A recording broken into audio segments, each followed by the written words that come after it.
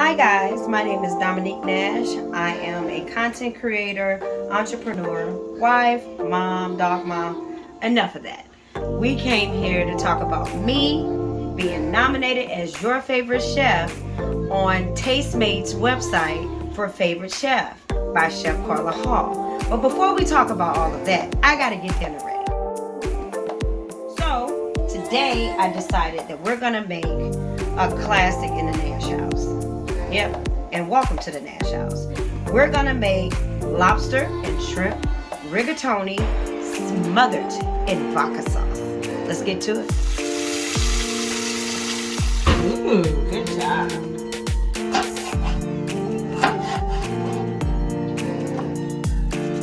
You want to make sure you cut all the way back in there. Be careful because these shells are very sharp. Remove the shell. And that's pretty easy. I take the time. We're going to add some minced garlic in here.